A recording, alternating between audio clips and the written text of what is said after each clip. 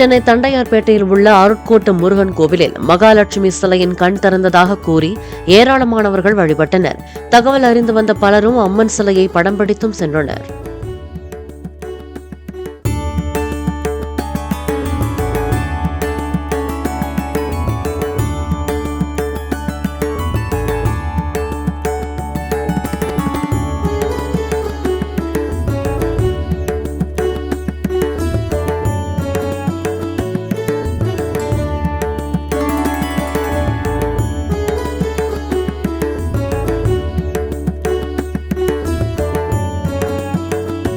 Play store மற்றும் app ஸ்டோரில் இருந்து பாலிமர் செயலியை QR கோடு மூலம் பதிவிறக்கம் செய்யுங்கள். செய்திகளை உடனுக்குடன் பெறுங்கள்.